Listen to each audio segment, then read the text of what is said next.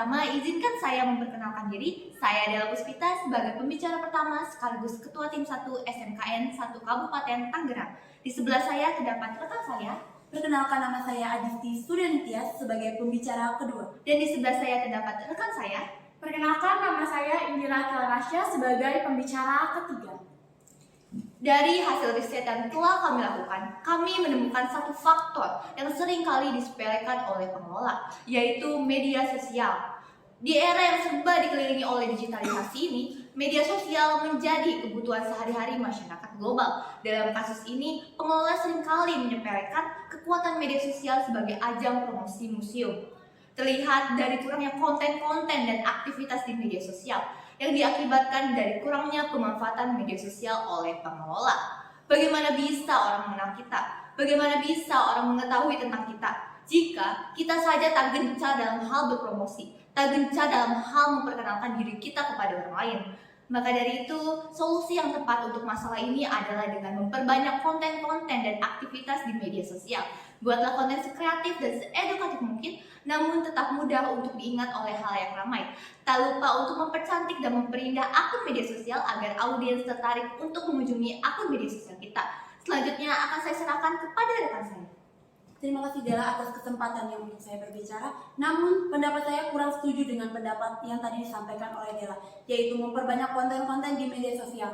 Karena seharusnya pengelola museum itu lebih banyak memperbanyak konten, memperbanyak akun-akun sosial media untuk konten-konten mereka. Karena setelah saya riset sendiri, Museum Sumpah Pemuda hanya memiliki 2 akun sosial media, yaitu YouTube dan Instagram. Pada di zaman sekarang, kalangan-kalangan muda lebih banyak menggunakan TikTok atau Twitter atau bisa disebut dengan X. Lalu untuk pendapat saya sendiri atau saran saya sendiri, saya menemukan permasalahan yaitu Museum Sumpah Pemuda jarang sekali melakukan event-event, padahal event-event tersebut bisa menjadi ajang penarikan pengunjung ke dalam museum. Izin menjawab pendapat dari Adis tadi. Nah, menurut saya event-event tersebut itu hanya menarik bagi kaum Gen Z dan kaum Gen Alpha yang menduduki era sekarang. Bagaimana dengan kaum Gen Bumerang dan Gen Milenial yang sudah mempunyai kesibukan masing-masing dan pastinya mereka tidak tertarik dengan event ini? Izin menjawab pertanyaan dari Dela. Menurut saya, Gen Bumerang dan Gen Millennials ini bisa membuka website Museum Sumpah Pemuda karena di sana ada banyak sekali informasi. Salah satunya kunjungan virtual ini. Kunjungan virtual ini mungkin bisa menjadi alternatif bagi Gen Bumerang dan Gen Millennials sebagai mereka yang sudah sibuk dengan kesibukannya masing-masing, ya benar. Lalu kunjungan virtual ini juga bisa mungkin menarik perhatian mereka untuk datang secara langsung. Terima kasih. Bentar Ocha, berarti kalau misalkan kayak gitu pengunjung-pengunjung bisa melihat di sosial media saja, padahal kan tujuan kita adalah pengunjung bisa langsung datang ke Museum Sumpah Pemuda. Berarti cara kayak gitu sebenarnya nggak efektif dong? Oh, tidak juga, karena menurut saya yang seperti tadi yang saya sudah sedikit singgung, mungkin itu bisa menjadi ketertarikan mereka untuk datang secara langsung, karena pasti feel-nya bakal sangat berbeda.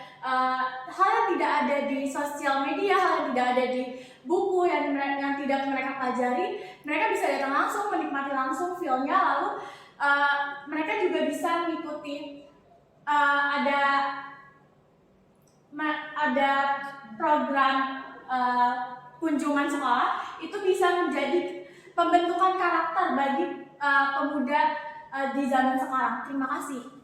Ya, saya sangat setuju dengan pendapat dari Aca. Nah, lalu saya juga ingin menambahkan bagaimana dengan diadakannya program magang bagi mahasiswa-mahasiswa yang sedang membutuhkan tempat untuk magang. Jadi, museum tersebut menyediakan tempat untuk magang dan mahasiswa yang sejalan jurusan dan mata kuliahnya bisa masuk ke dalam tempat tersebut, sekaligus untuk menambah pengelola yang mengelola museum tersebut, dan juga bisa juga dengan berkolaborasi dengan media partner.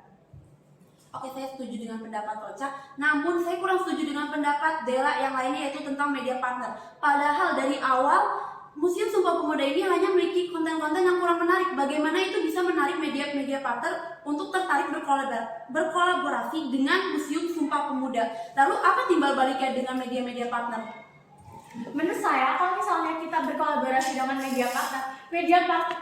seperti Spotify atau YouTube, mereka bisa membuat yang khususnya mereka yang membuat podcast di bidang pelajaran atau edukasi, mereka bisa mendapatkan materi yang ada di dalam museum tersebut. Mereka bisa mengulas materi yang ada di museum tersebut. Mereka tidak menjadi kehabisan konten. Lalu nama kita menjadi naik, dan mereka juga mendapatkan konten yang memang sejalan dengan apa yang mereka butuhkan. Terima kasih. Oke, saya mulai setuju dengan pendapat rekan-rekan saya. Lalu ini mungkin langsung saja kita ke resume atau hasil dari pembahasan kita sendiri, bisa dilanjutkan oleh rekan saya. Nah, yang pertama adalah dengan memperbanyak konten-konten di media sosial, dan tak lupa untuk memperbanyak akun media sosial, dan jangan lupa untuk selalu ter-up-to-date dalam hal membuat konten-konten dan informasi yang ada di media sosial agar kita tidak ketinggalan zaman. Oke, untuk menghubungkan pendapat saya dengan pendapat Dela, yaitu kalau misalkan akun sosial media atau konten-konten Museum Sumpah Pemuda memiliki banyak pengikut, memiliki minat, penontonnya memiliki minat atau tertarik dengan konten-konten Museum Sumpah Pemuda, itu akan menjadi benefit untuk bisa merealisasikan atau mewujudkan event-event pendapat yang tadi saya sebutkan. Iya, benar sekali. Lalu juga event juga bisa menjadi naik kalau misalnya dipromosikan di media partner yang sudah saya sebutkan tadi, yaitu podcast atau streaming YouTube tersebut. Nama event kita menjadi naik, nama mereka juga menjadi naik. Terima kasih. Mungkin itu saja yang dapat kami sampaikan. Semoga pendapat yang kami sampaikan dapat membangun museum ke depannya. Sekian dan terima kasih.